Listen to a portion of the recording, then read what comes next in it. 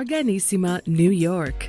Your exotic skin, hair, and beauty source, and your one-stop shop for all your natural and organic skin and hair care, featuring authentic organic Moroccan oil and prickly pear seed oil and much more. Bringing you only the best, straight from the source and proudly produced in the USA. So what are you waiting for? Shop today at www.arganissima.com. Arganissima, New York. Your beauty is our duty. Arganissima, New York.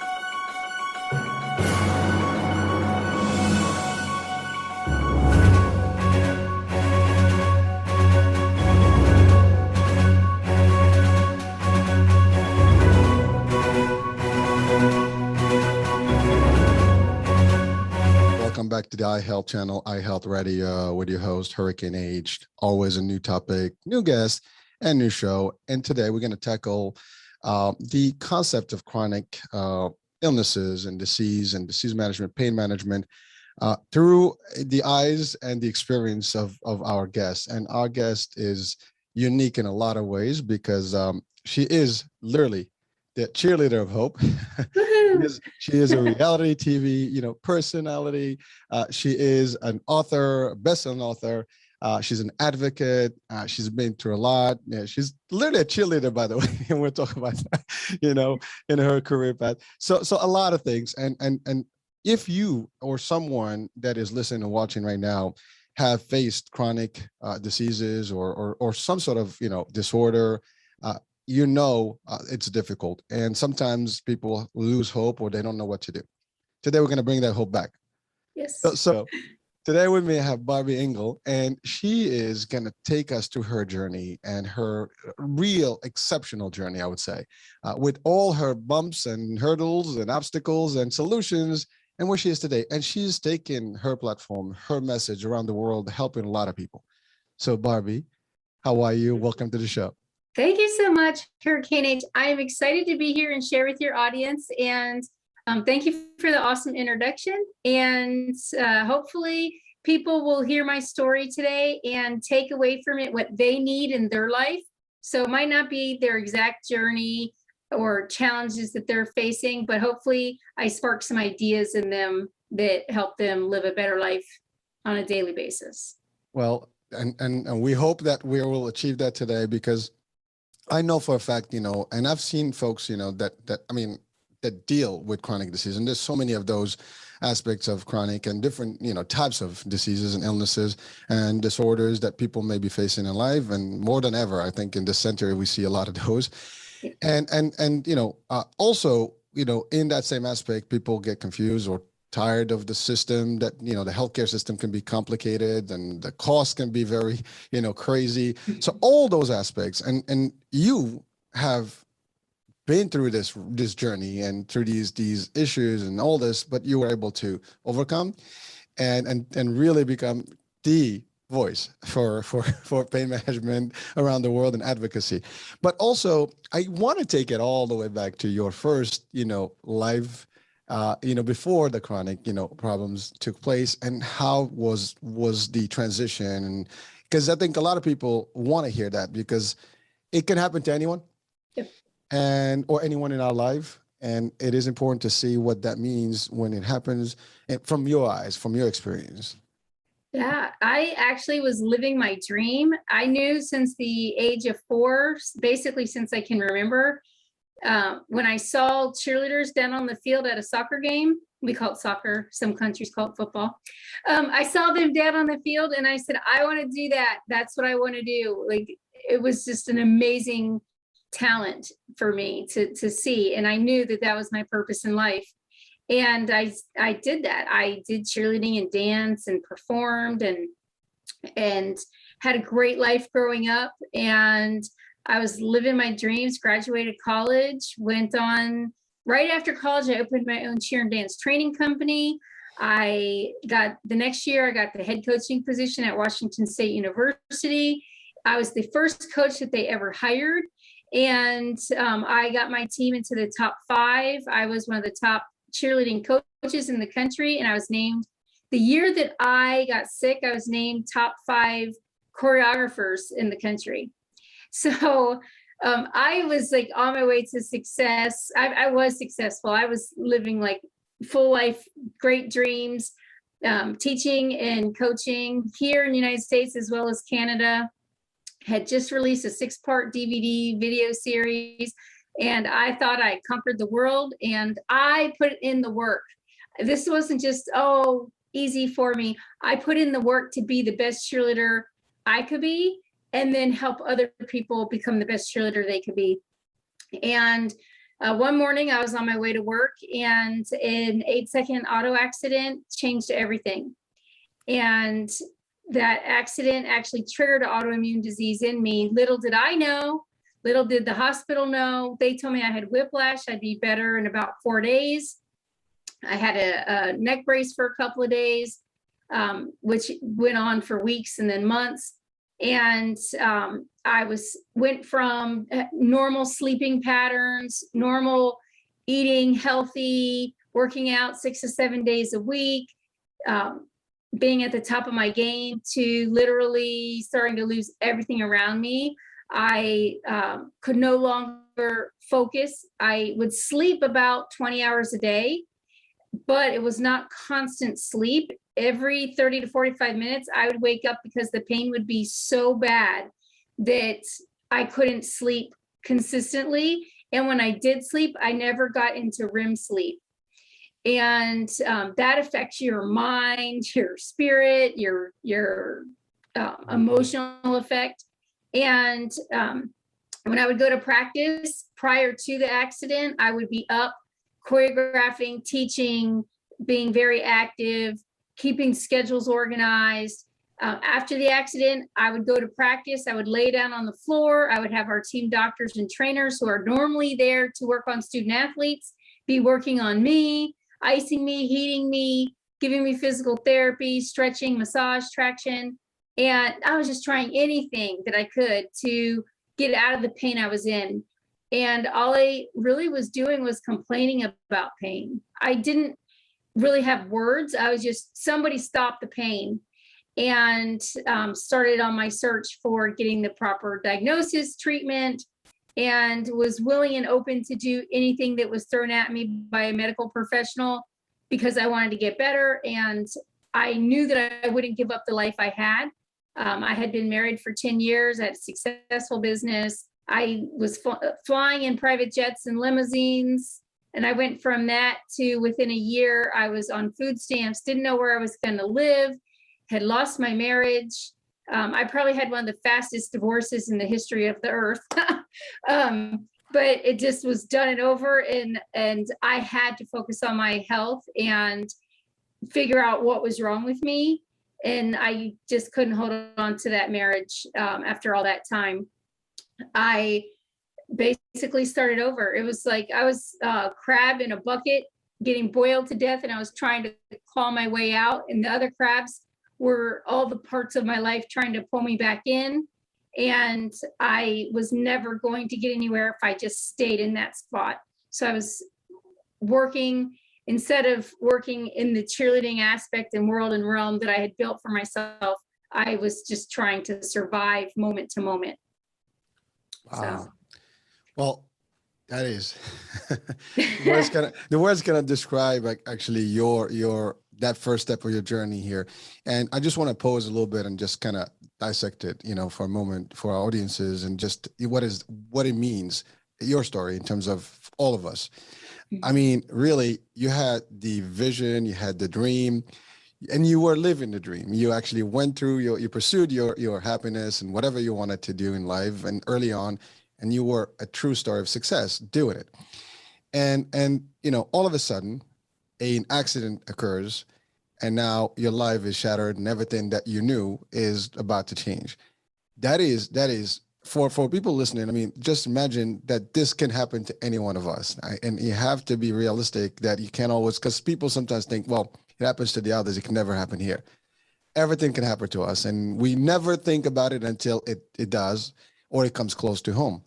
And I think the lesson there is that, first of all, we have to be always hopeful. We have to pursue our lives the best way we can and do the best we can, but know that things can happen. And sometimes there's nothing that can prepare you for that change in life. And you said it yourself, you know, a minor thing that, first of all, nobody figured out what it was. I mean, a whiplash turns out to be a whole different concept, you know, and that's a big deal. And I mean, again, we'll talk about that. I mean, how the hell could they not figure it out? And we'll talk about that part, because I think that's important. And then how you dealt with that. But then now you had to, first of all, you were happily married, and all of a sudden, you said it, the quickest divorce in history. I mean, that is, I mean, in a way that is sad that, you know, your partner in life, you know, just dismissed, you know, all this because you were going through tough times. And again, for our listeners and audiences, I mean, if you're a true partner, you know, that's what the vows are, right? You have to be there in sickness and health and everything, not just like, oh, you're not feeling good, I'm out of here. You know, it doesn't work that way, right? But again, unfortunately, it happened. But maybe fortunately, because that changed your life to better things. You are married, yes. and everything is better now. But you know, listen, maybe that, you know, no offense to whoever it was, but you know, maybe that was not the right person to be with overall. But yes. Again, people probably, you know, say that.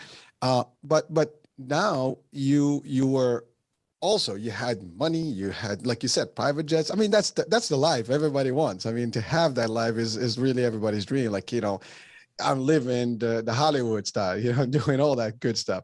And then all of a sudden you go from all that to almost nothing. And just the only thing that you have to worry about right now is your health. And there is nothing better and more important in life than your health, because without it, nothing else. And this is a true example. If you lose that for a minute, everything is really an avalanche of bad things that are happening, and it just crashes on you, and that's a problem.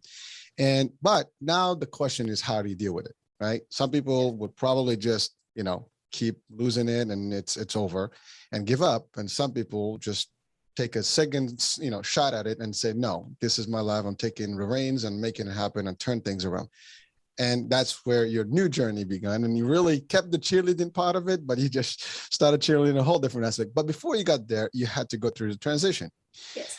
And the transition was really first to figure out your problem, your medical, you know, conditions and what they are. Now that brings me to that question I asked. You know, you went to the hospital, they checked you out, you got whiplash, they give you a neck brace. Yeah. Which is typical to any accident, right? Right.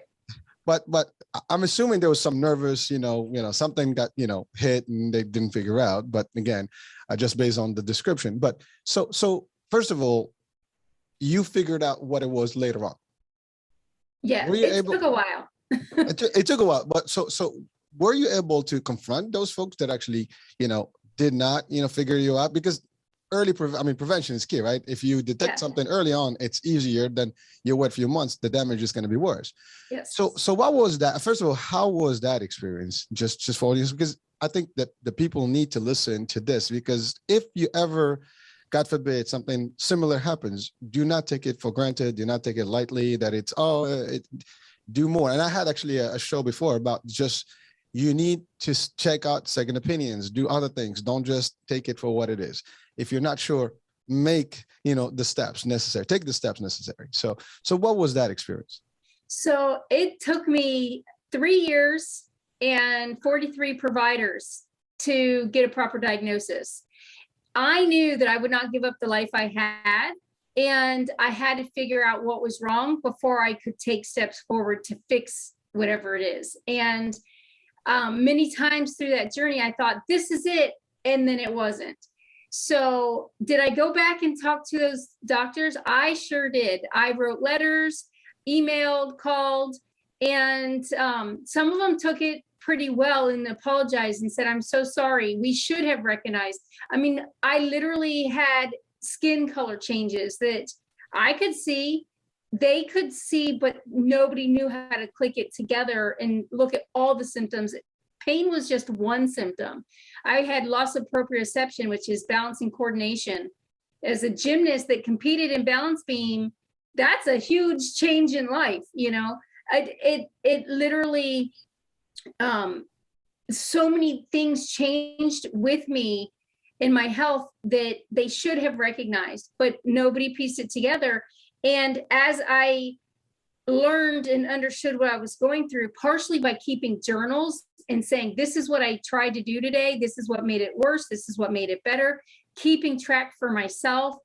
And finally, when I got to that 43rd doctor is when I realized I'm tired of being a guinea pig.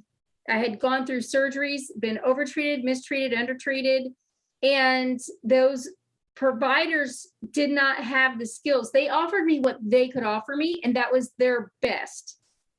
So I was getting the best. It just wasn't for the right condition.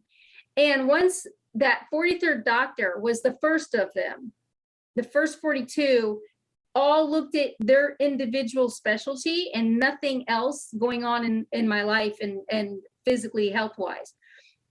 So when that 43rd doctor said, let me see all your other records before I even see you. I want to read what all these other people are saying and see, you know, what comes to my mind, where we could go do something different than what they've done. He was the first one that actually made a difference in my life and was able to diagnose me. And when he came in the room, he said, look, I went through, at that time, it was 3 3-inch binders. Now my stack of medical records printed out is over 4 feet high. So I've been through a lot. But he looked through those 3 binders, so 9 inches of medical records. And he came in and he said, I think I know what's wrong, but I have to do a procedure to get a actual diagnosis. And I stopped and said, wait, I'm not comfortable. So many providers have told me they think they know what's going on. You tell me what you think it is. I'll go home and study it. And when I'm ready to do the test, I'll come back and do the test. And it took me about a week to go home, study it, learn about it, because I had actually asked another doctor a couple of years before. I said, I looked on Google and I think this is what I have. I match all these symptoms. And he said, 100% you don't have it. Now I have this doctor sitting in front of me saying, I think this is what it is based on all of your history over the last 3 years. So I said, I have to be comfortable. And I went home, studied it, went in for the testing, and got a positive diagnosis for reflex sympathetic dystrophy, which is a neuroautoimmune condition. And at that time, there was things that they could do, but there's no, I still am not cured, I'm in remission. But the things that they did were to manage the symptoms of pain and dystonia and other things that were going on. I spent almost 7 years in a wheelchair because that doctor was able to diagnose me and give me these Band-Aid type treatments, but not get me walking again, get me out of bed, get me living some life. And that took another 4 years after being diagnosed, and multiple trips to other states to get the treatments that I needed that got me walking again and back to living life. And I still go through those treatments. It's infusion therapy, but I also figured out that it's not one treatment. There's not one cure. There's no magic pill. It's not take this opiate for the rest of your life and that's as good as you're going to get. There's constantly new things coming down the pipeline, and seeing that 3-year journey to get diagnosed and then 4 more years of trying other treatments, at least we had them more targeted in on what was actually wrong with me. It still didn't get me to where I am today. It was me continuing to search for what's coming down the pipeline, what's available. And if it's not available, is there a way to invent it? and so having that audacity to question and say, wait a second, I stopped questioning because I thought you guys knew everything there was to know, and realized that that wasn't the way that our medical system is built. I have to be responsible. And when I became responsible, when I learned the language, when I started doing the actions that it takes to get better, that's when I started seeing improvement. Wow. Well, first question that came to mind listening to you is, you must have lost trust in the healthcare system and the medicine world for a minute, because I think anyone, 7 years just going through it, that's medical school, right?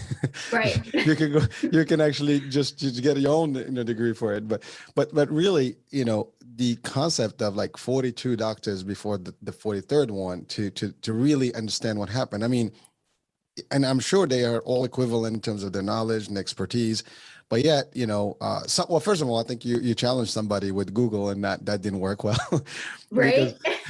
because I know, I mean, listen, Google is not really, I mean, obviously doctors do go through their education and experience, and so, and for the most part, they know their stuff, so we can decline that or deny it. But and I know there's a resistance when a regular person comes in with like, oh, I just read in Google all these things. I mean, you go to WebMD, you can learn anything about everything, right? but certainly when you go to your doctor says, I think this is it. Now you're almost challenging the doctor's knowledge here, and like, hey, Right. who are you to tell me I'm the doctor, right? And sometimes that is not, doctors have to be a little bit more concerned about that, because Absolutely. misdiagnosis is a problem. Right. And they have the medical school, and I acknowledge that. I did lose trust. What are they learning in medical school? Not rare diseases. Um, but I was living this life on a daily basis. So I was the expert. I am the expert of my daily living. And I do have a responsibility to help be a leader on the team of Barbie's Healthcare. It does take my voice. When I first went into doctors, those first 3 years, I went in, I cried at almost every doctor appointment. They dealt with my mental health over my physical health. I was there for physical health. And a lot of times we never even got that far in a situation because I was crying and saying, please fix me, I'm in pain. And so some of these other things I was dealing with didn't even come up. When I learned about the condition that I have and the vocabulary that goes with it, including not to just say, I'm in pain, help me, which is what I was doing. When I learned to be able to say, I am in constant burning fire pain, and use adjectives, it changed everything. Oh, well, we can go down this path for this type of pain. All right, well, sometimes I have these other pains, but they come and go, which is electric pains, cutting pain, sharp pain. My stomach, I developed gastroparesis, which is when your stomach is paralyzed, so it doesn't pump and move the food through properly. That felt like sharp cutting knives. When I could verbalize that and use my adjectives and get familiar with what the doctors are learning in medical school so that I could talk on the same level with them, that made a difference. When I was just going in and saying I Googled something, they're like, that means nothing to me. I went through all this schooling. When I was able to say, no, look, this is my daily life. This is what I'm facing. And here's all the adjectives to describe it. They were finally able to say, oh, well, we have this treatment option and this treatment option, and we can try this and we can work on that. And things started to progress and get better, and options changed. And it got more focused on what does Barbie need, not what does everybody with this medical condition need. It gave us a direction to start in, but it was a way to find out together what was best for me. Well, Bobby, I mean, you're making a great point, because everybody's different. And, even people with the same disease or the same disorders and stuff, their bodies are different. So their reaction could be different. Their threshold of pain, level, and how they take it and how they describe it. And unfortunately, and whether if you have kids or you have family or even yourself, when you have pain, as minor it could be just from hurting yourself, no one is experiencing that pain but you, and people cannot comprehend what that level is. You can just describe it from 1 to 10. It's like 9 or 12, but still it's not going to give you the actual intensity unless you are in the same spot and feeling that same pain. You're not going to know that. And to your point, when you're just giving them vague, large description, it's basically, well, that's can be anything, right? And so that's obviously for them. I think that was the challenge, but you got better. But the thing is, you were able to do that. Most of the people may not be able to do that, or some people may not be able to actually do their own research, or they don't even have time, or they have the energy to do that. And so now what happens? They still rely on that particular, provider to give them, and they trust that. So what you're saying here, that what we need to be aware of, as much as you do put the trust, you got to also trust the best person that's advocating for you is yourself, right? Right. And you did that. So you did Barbie, medicine, and I Barbie did. reason. And now I actually go out and do continuing education hours for medical providers, where they actually get credit hours for listening to me talk and share in specific to RSD, and what it was like to go through, what to look for in their patients and that type of thing. So they can actually get credit hours for hearing me. So I'm not a doctor, but I do teach doctors. Well, listen, I mean, you are a true, in medicine and science in general, we experiment, we do trials, we do different, studies, right?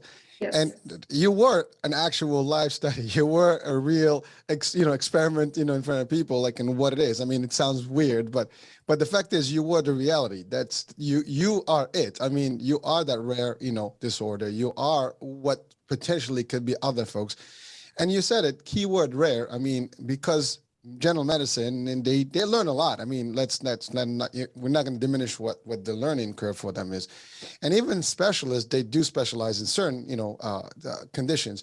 But when there is something unique or new or rare and novel, it's a challenge, right? Even for them. I mean, it's a matter of, oh, we've never seen this, this happen before. And it's all new. So that means it's going to take time for them to really test it. And they're going to throw in things at you to see this particular regimen, this particular program, this particular procedure. All that stuff is going to be test trials until they hit, the right marker, and then you're good. And I think that's a challenge. You almost were one of the few, of those conditions that they've experienced. And now you've taken it to the next level, and now you have, this is what it is. This is what it's almost. I mean, you wrote books too, so we're gonna talk about that. But really, you have a little bit more of something. Like you have a dictionary of things that people can use. You have definitions of the pain level and what it is and what descriptives to it. So I think it changed, the dynamics. So there's nothing wrong with you actually sharing that publicly, or even. A real doctor, a good doctor, would always want to learn something new, and sometimes through trials and patients, that's how they get better. No one starts top. They can be the top in class, they can have stuff, but their expertise comes in with experience and different cases that they manage, like everything else.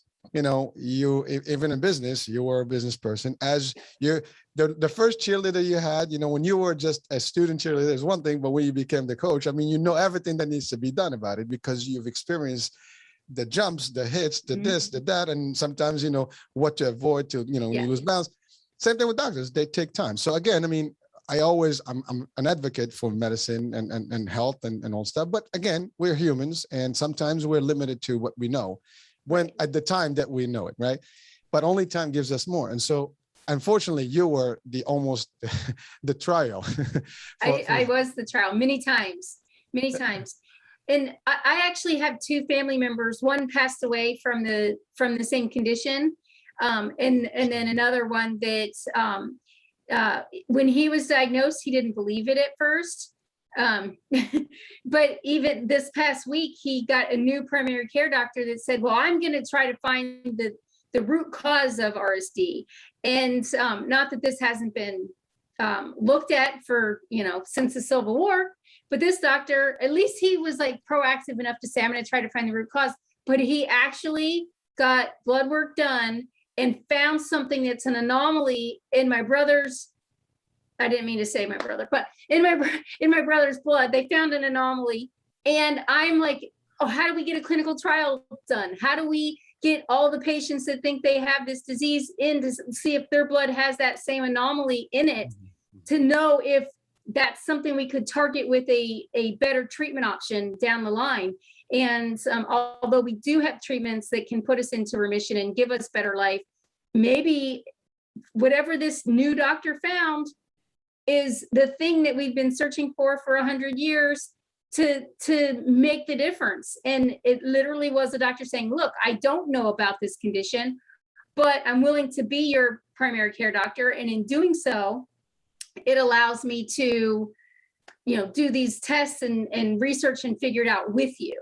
And we're on the same team. And I just think it's like, this could be a huge advance with this condition. And it was found by accident. Well, I mean, you hit on the point that the willness and the, for someone to actually take it. I think that's the other, because sometimes we've seen this in a different, industry, or at least a different level of, like, pretty attorneys, lawyers, right? Sometimes they take cases for the first time that no one would even attempt, and then they eventually make a new law because of that case, right? Same concept here. It's a new trial, and I mean, we went through the pandemic. It's a new virus. It's like we're discovering this virus as we go, and now we have vaccines, we have things. Every single situation that is new takes a minute to actually figure out, but then it takes courage for someone to actually do it. When you go to a standard doctor and they're not willing, they're not even researchers and things like that, they just do practice, right? They're not going to go to the next level, or they're not really interested in that next level. Some doctors want to make it to the next step, maybe be part of the research, be part of the solution, and that can make a difference, right? And in this case, someone was willing to do it. But I wanted to just go back to one item. Yes. I know you, first of all, the first doctor only kind of patched work and gave you at least the ability to sustain the pain and manage it, to a degree. And then you went into different, infusions and things like that to help. Now you actually are doing much better. I mean, based on what you stated. And so was there anything other than regular medicine that you've tried, like holistic or natural and all stuff? Was that what made the difference? Doing more than one thing made the difference. And so I tried medicines first and surgeries. The thing that helped, that got me from wheelchair to walking again, was infusion therapy. But then I also still have challenges and issues. And I found at a medical conference, I found a doctor who's like, I have this new device. It helps with neuroinflammation. It's called an oral orthotic. He called it something else at the time, but I helped him rename it for better marketing. So we call it an oral orthotic, and it's a mouth device. I take it out for interviews, but most of the day and all of the nights, I keep my orthotic in, and it clips onto my teeth, and it separates my jaw joint. And so there's no medication involved, and it helps me not have to get infusion therapy as often. I have some friends that have to get infusion therapy for RSD a lot more often. I get it 3 to 4 times a year and do okay. Some people get it every month, some people even more than that. So, but that oral orthotic, not a medication, but it helps so much in reducing inflammation, to the point of I was involved. They tested me 3 times in 3 different clinical trials, and I'm written up in medical journals about this oral orthotic device. But University of New Mexico, UCLA, and an independent lab all tested me, and it came back that it had 70% reduction in neuroinflammation just by putting this device on my teeth to separate my jaw. So that was very helpful. But I also do mindfulness. I love VR. Virtual reality.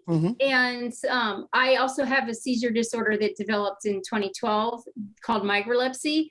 And so I have to be careful of what I watch. So my husband and I started making our own VR content so that I knew that it was seizure safe, but could get me through during times of infusions and that type of thing.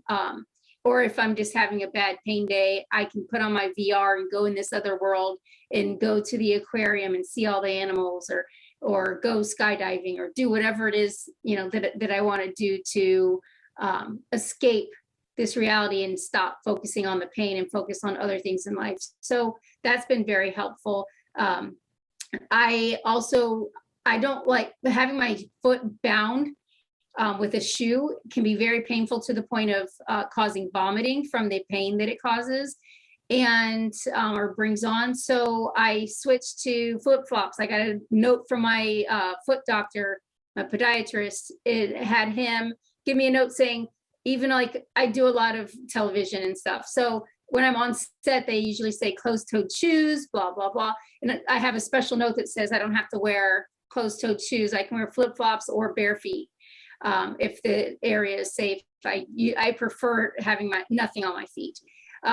So things like that, switching from regular plates and glasses to paper plates and plastic cup that I can rinse out, but it weighs less. and it causes me less dishes. And one of the shows I did was Extreme Time Cheaters on TLC, and it was all about how I've changed my life because of the health challenges that I face to live more life. I do things like use paper plates and things that I don't have to spend energy pennies on. So really, I've reorganized and focused my whole life so that I can live more life. Well, first of all, again, talking about Chilean hope, I mean, you're really given, a new way for a lot of people to survive and adapt, and really live a fairly normal, concept of life. I mean, it is still, you still have to always make changes and adapt. But I think first of all, the will that you have, is just super commendable. I mean, not a lot of people have that they might, I mean, again, I'm not going to say judged, not a lot of people. I think people can, if they really want it so bad, they will do it. It's a choice, exactly. Mhm. But you did, and you committed to it, and it didn't stop you. You were always looking for the next way to better, things for you and for anyone else who may be with the same conditions. And right now you said almost the footprint, the actual, recipe, the formula for everybody else. So I think now people can follow suit and actually really use your concept. I think doctors are even probably going to use your, format, and your example as, a way to solve well, not solve, but at least fix some of this, conditional problems for other folks. So you're really the actual first case. Well, maybe not, but the case that actually really created the solution. A movement. Yeah. A movement, yes. And perfectly said. I mean, that is, I mean, again, it is awesome because, the purpose of today, really, we want to tell people, like, do not lose hope if something happens. If you know someone, you gotta look. There's some people may have seen you on TV, but maybe some people didn't. This can change their life just by listening to this or watching this, right? And I know you do a lot of this all over because you want to bring that message over and over. You do advocacy, pain management, and you go out there and talk. I know you've done a lot of talk shows and things like that, and even the books, and we'll talk about that in a minute. So it is important for people to realize that you don't stop. And by the way, I've had a couple of similar cases of people who have had almost like, live ending situations, and they just transform to a whole new experience, and they're living the life that they want, that anyone else would dream of. And that also explains, to people, listen, things can happen, but it's just how you deal with them. You can just give up and it's over, or you can just say, no, I have, as long as I breathe, I'm going to do more and do more. And not only for me, but also, I don't want other people to actually experience what I've experienced. And I think that's a big deal, because that's not selfish. That is actually, if I experience something bad, some people may be like, what the hell with the rest of them, and unfortunately that's selfish, but you didn't do that. You're like, I am an open book. I want to share this with everybody, so no one else, goes through what I've gone through. And that's noble. I mean, that's great. So thank you for doing that and for the work that you've been doing. And, again, I mean, I want to just salute you here, because that is some serious business that you've been going through, and, you've managed it, and you're still managing it. And not only that, you help devise things. I mean, now you have, prototypes of things. Well, not even prototypes. I mean, you have things that are being used in real practice that, that are templated on your model, basically. Yes. And that's awesome. I mean, so that's achievement. I mean, at a different level, but you are really breaking through, cutting edge stuff to folks, right, and medicine. So. Yep. And I think it's my purpose. I always knew from a young age, I want to be a cheerleader, as I said. And when I couldn't physically be a cheerleader anymore, I had to stop and refocus and understand what my purpose is here on earth. And my purpose is to be a cheerleader instead of physical cheerleader, as I always dreamed and put my talents and efforts into. I am supposed to be a mental cheerleader. And so I refocused the tools and techniques and everything that I learned through coaching and being a cheerleader and leading a crowd into being a mental cheerleader, and how I can help people in that aspect. So my dad would say, how are you cheering and smiling when your team's losing 50-0? When it comes to health, your life is the game. And some people choose to end the game and say, I can't do it, I give up. For me, it's not about there's no end until God calls me home. I am going to live each moment in life to the fullest it can be. Sometimes that means I'm in bed and I can't get out of bed, and I have to let go of the guilt of that. And sometimes it means getting up and participating in a 5K, or, doing dishes or laundry or whatever it is in that moment, to live to the fullest in that moment. And when I do that, I share so that other people can see they can get past their challenges. It might not be the same challenge, but they can find a way through. And hopefully I give them that even the spark of hope can take you through the most challenging time.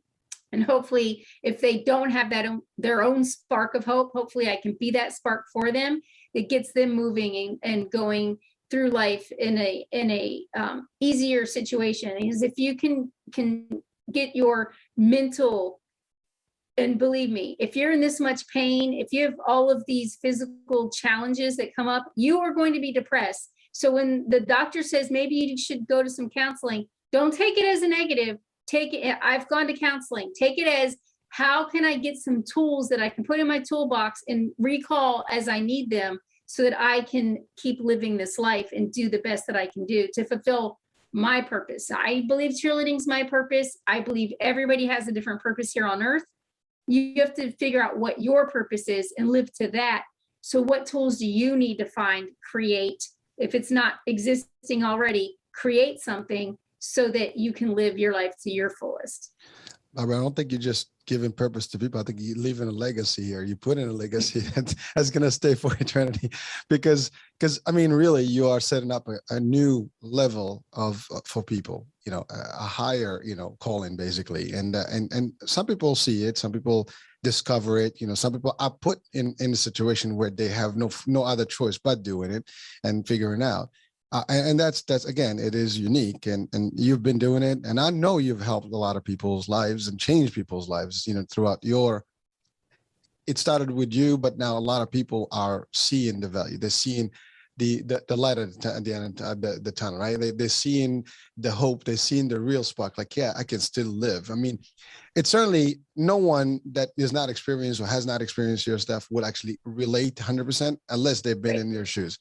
And like I said, even if they were, I can just be here and be as all sympathetic. The empathy and all the stuff would be good, but it's not going to be the same unless I actually have a similar experience. So true. As a cheer coach, my athletes and my coaches did this to me, so I perpetuated it. If I went back and coached now, it would be totally different. But I would say, suck it up.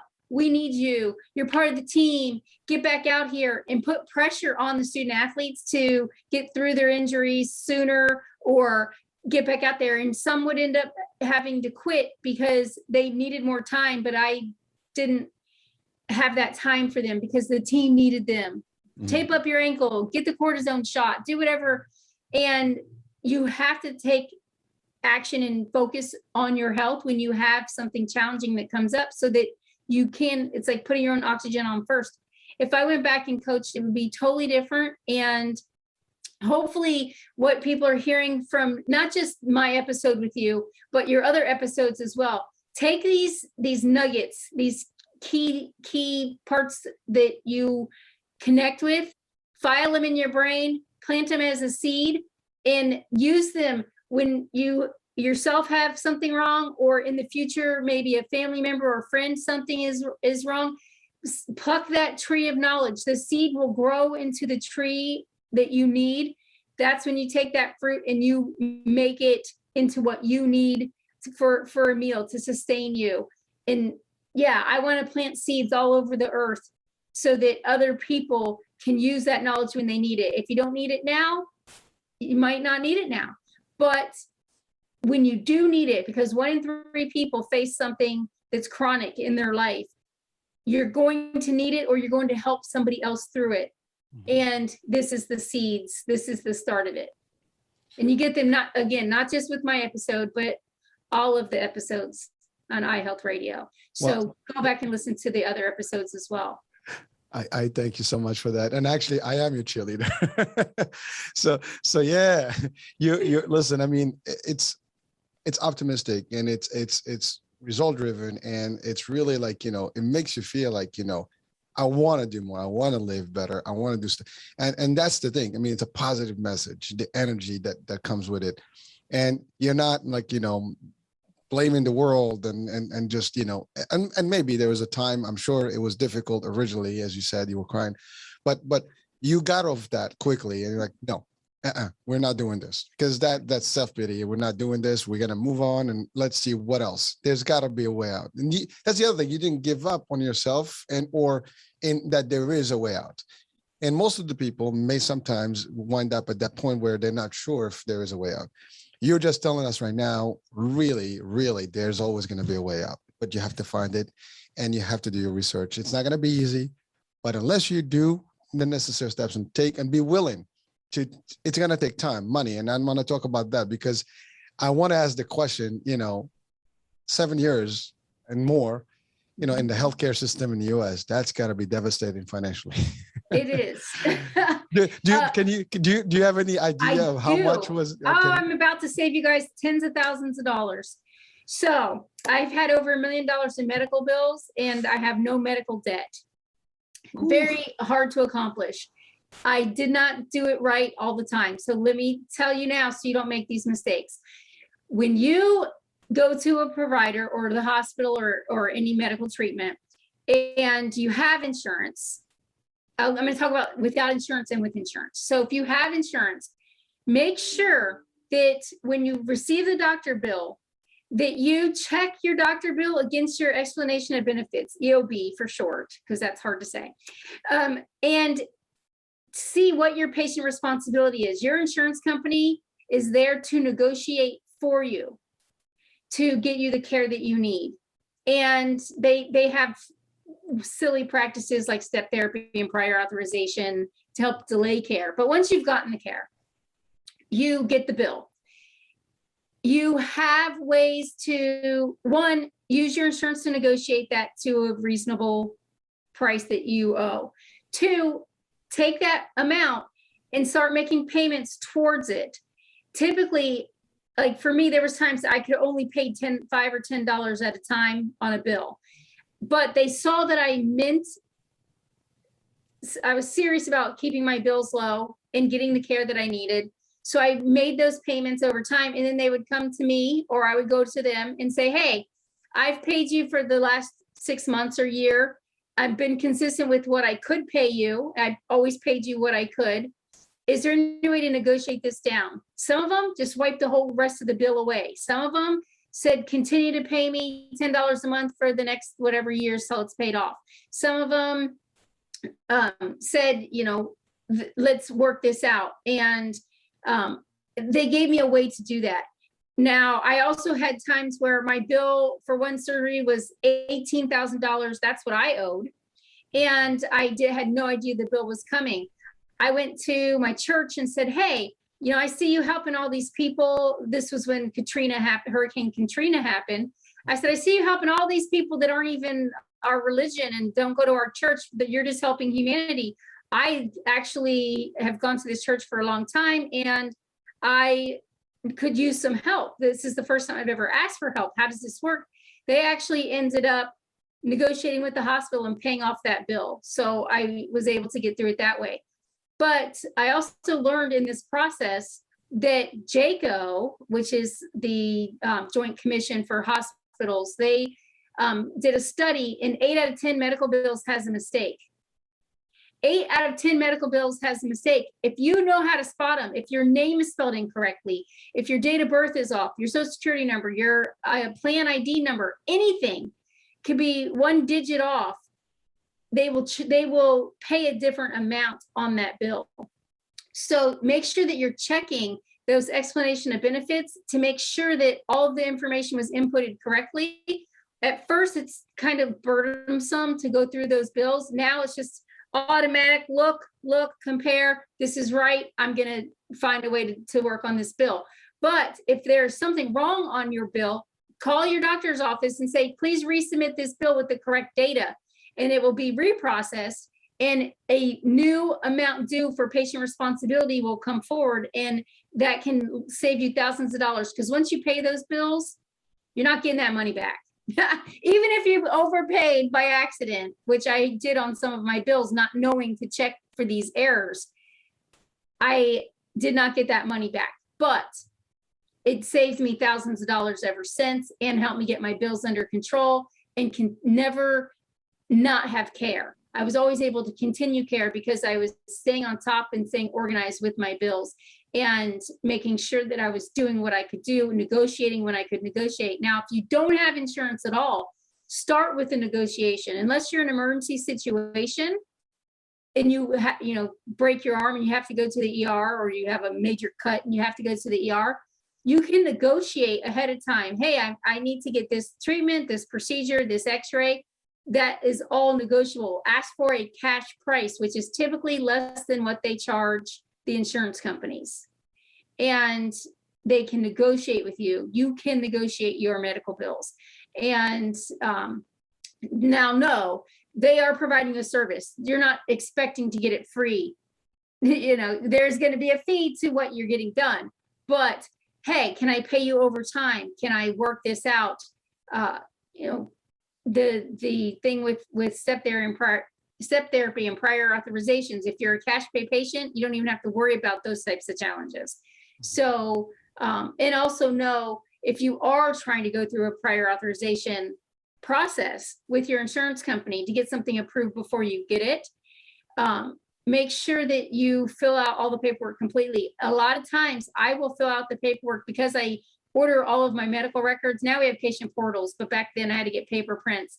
Having my copies of my medical records, I was able to fill out the paperwork, give it to my doctor to look through, make sure it was all correct. He or she signs off on it and sends it in, but I know it's thorough and well done. And I don't put that burden on my medical provider or their staff, and it gets done quicker, sooner, and I know it's right. Bobby, you covered a lot of good stuff here.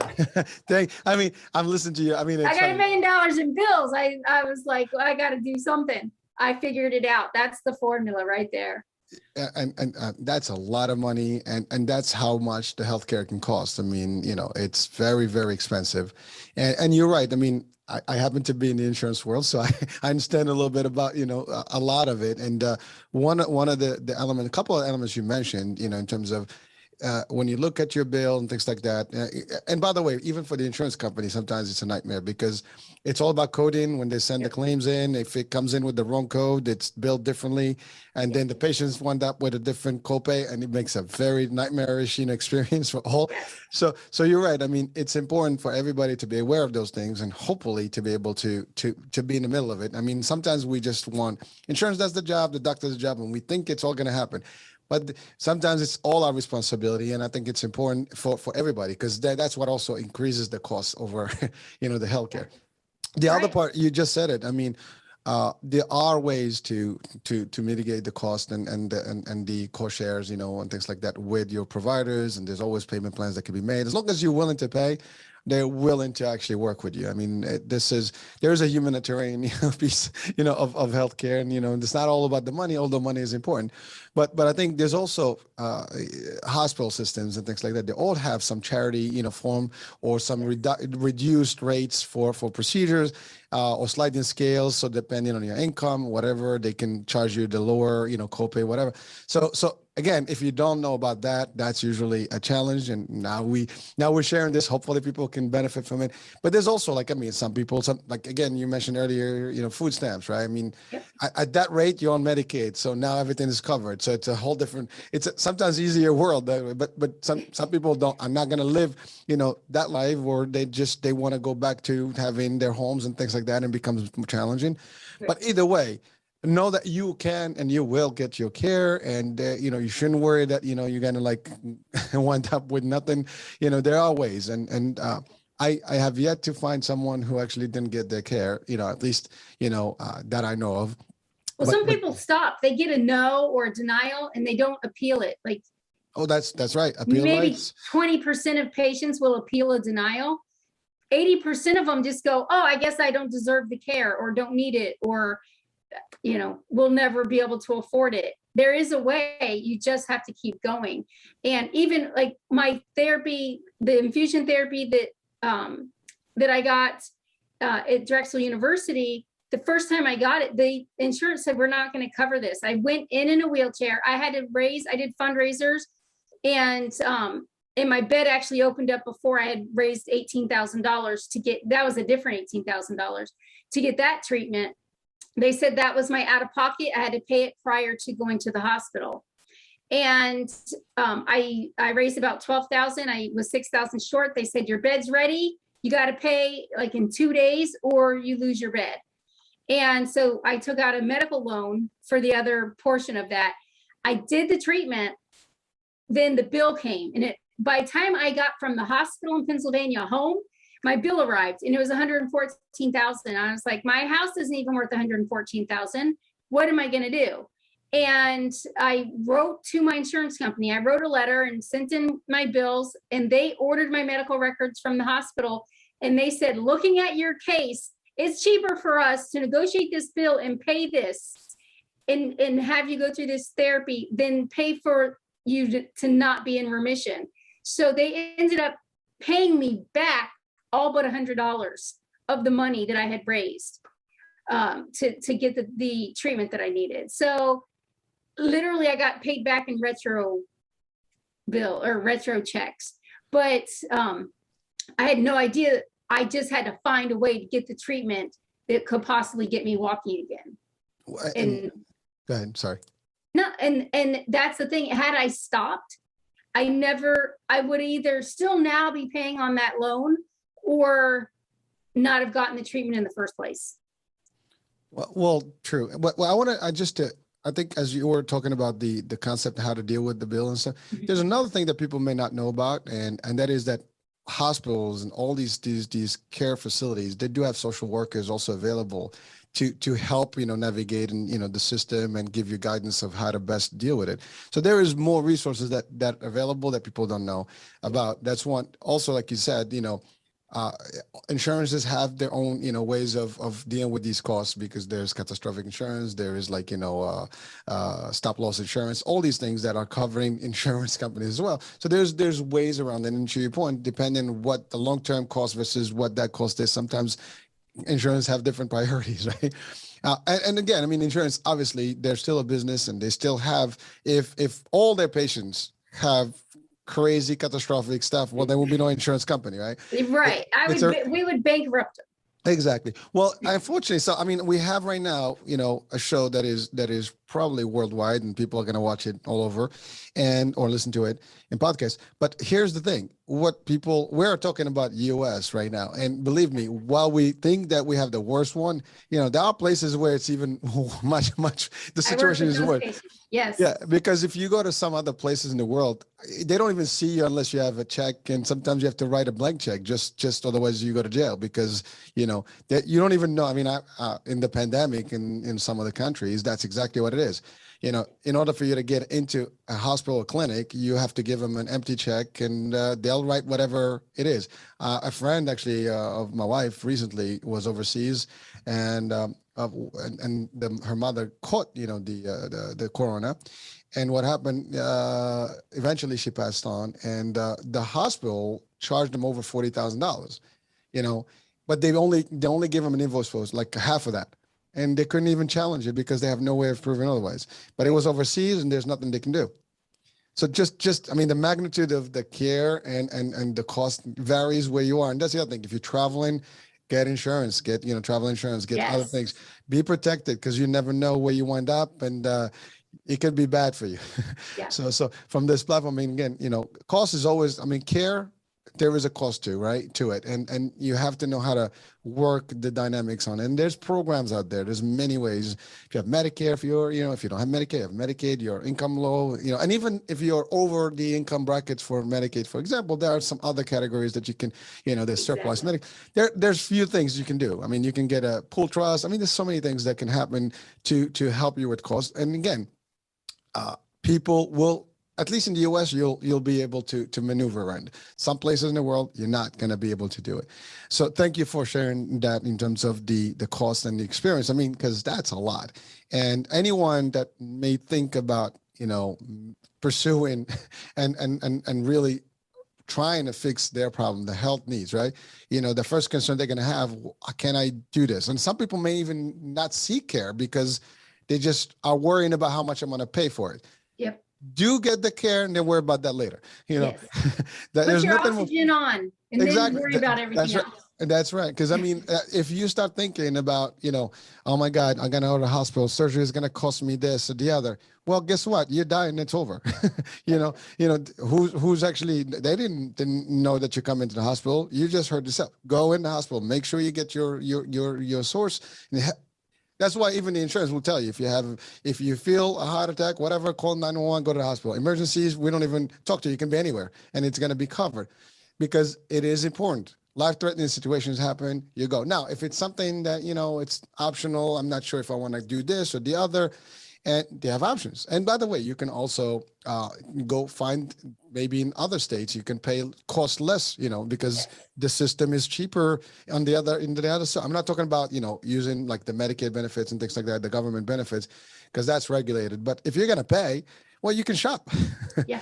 I mean, there are places where the cost may be, I mean, you come to New York, I mean, the cost is going to be much higher than if you go to a different, area somewhere in a different state, just because the cost of living in New York is going to be very expensive. So the hospital cost is higher.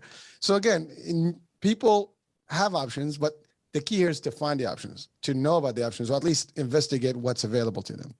So again, thank you for sharing that part of your experience, because that's just as important, because that's also affecting your mental state, your stability, all the other stuff. Financial is just as important, because when you're sick, I mean, obviously now you're not able to do the same work you did before. You're not making the same money. Your income is limited or even not even available. So it's very difficult, to do these things. You might get disability, but that's limited too. I mean, how much can they give you on disability? I mean, it all depends on. So it's all the above, and it's not a one way. You just have to figure out what works for you. But there are solutions, there are resources there. So now I want to just, I mean, we're about the hour, but I want to just ask about a couple of things we haven't touched on. Your books and your, what put you into it, and what kind of books were they? And also your shows, because I know you do the reality stuff, and, people may know about them, people may not know. We'd like to share about that and your experience in general doing that. Sure. So my books, I have 9 books, and they're on health, chronic pain, and motivation. And I have everything from children's books to adult relation books to my story and navigating the health system. The pain code is about navigating the health system. And when I have a topic that's really passionate to me and a lot of people are asking me questions about, I tend to write a book about it. So I can answer all the questions and get it all out there. And so I have 9 published, and I'm working on 3 more. So there is more to come. And you can find all of that on barbieengle.com, Barbie with a Y. And then if you are someone who is facing a rare disease or a chronic pain condition, you can go to internationalpain.org, and they help with education, awareness, social events, and access to care challenges that people face that are living with those conditions. So, and they work with over 150 different conditions. And so that's where you can go for that type of information as well. Reality television, I love being a part of that. Now, reality is a seed of truth with a story writer, producer that sits there and is like, try to say it this way, do it that way, let's act this out. And they make things extreme, which is fun for me. But it's so just remember that there's reality, all reality shows, even the Kardashians are a seed of truth with a story writer behind it. But it's fun and it's performing for me. So, and then I also have got to do a lot of talk shows, and I love doing those. And then I do have an awesome husband now, although I talked about my first marriage and divorce. God had a better man for me. And we did a show called The Ken and Barbie Show, and we've done 9 seasons. And those have appeared on different networks, as well as other shows. Like we had a show called, I did a show on the Weather Channel called Brainstormers. And really, I like to talk about my life and how to improve other people's lives through action and tools and resources. And so that's kind of the types of shows, whether it's a reality show or a talk show, that's the type of segments and things I like to do. Well, Barbie, you are Hope. We got to call you Barbie Hope, right?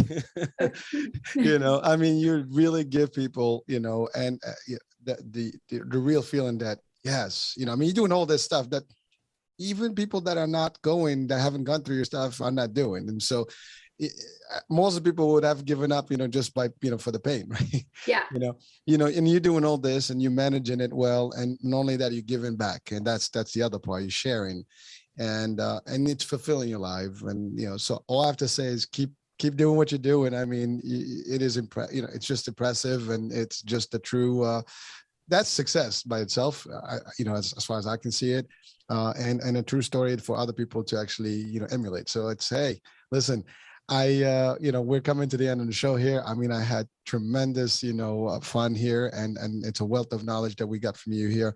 And I hope that, to your point earlier, they pick up a couple of items of what was discussed here today that can make, somebody's life different, and maybe give them the spark to get, ahead of things, and or help someone in their environment. So that's great. So Barbie, I mean, thank you so much for being with us. And, I'm humble. I mean, you're doing all these things on the major networks, my TV here, my channel. And so that's actually, I'm so pleased and just honored to have you. So thank you. And really thank you for just sharing with us your life and giving, the real stuff. It's real. It's talk about reality TV. There's no screenwriter here. It was you. Right? No, this is real.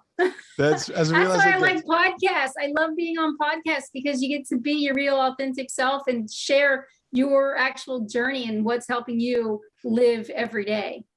Well, listen, thank you. And, I don't know your husband, but, Ken, I guess I'm gonna call him Ken. Ken and Barbie. Ken and Barbie, that's right. So I'm sure behind you he's supportive and giving you all the stuff. Because I mean, Yes. I'm sure it would be difficult if he was not, in your corner. So again, kudos to him, and thank you for whatever he's doing on the back. Seeing, helping you, and keeping you motivated, because that's important. That support system is important. That being said, thank you, Barbie. Folks, thank you for the time watching us, listening on iHeartRadio. Hurricane H here. Had a blast, and we'll talk soon at the next show, topic, and guest. Bye for now.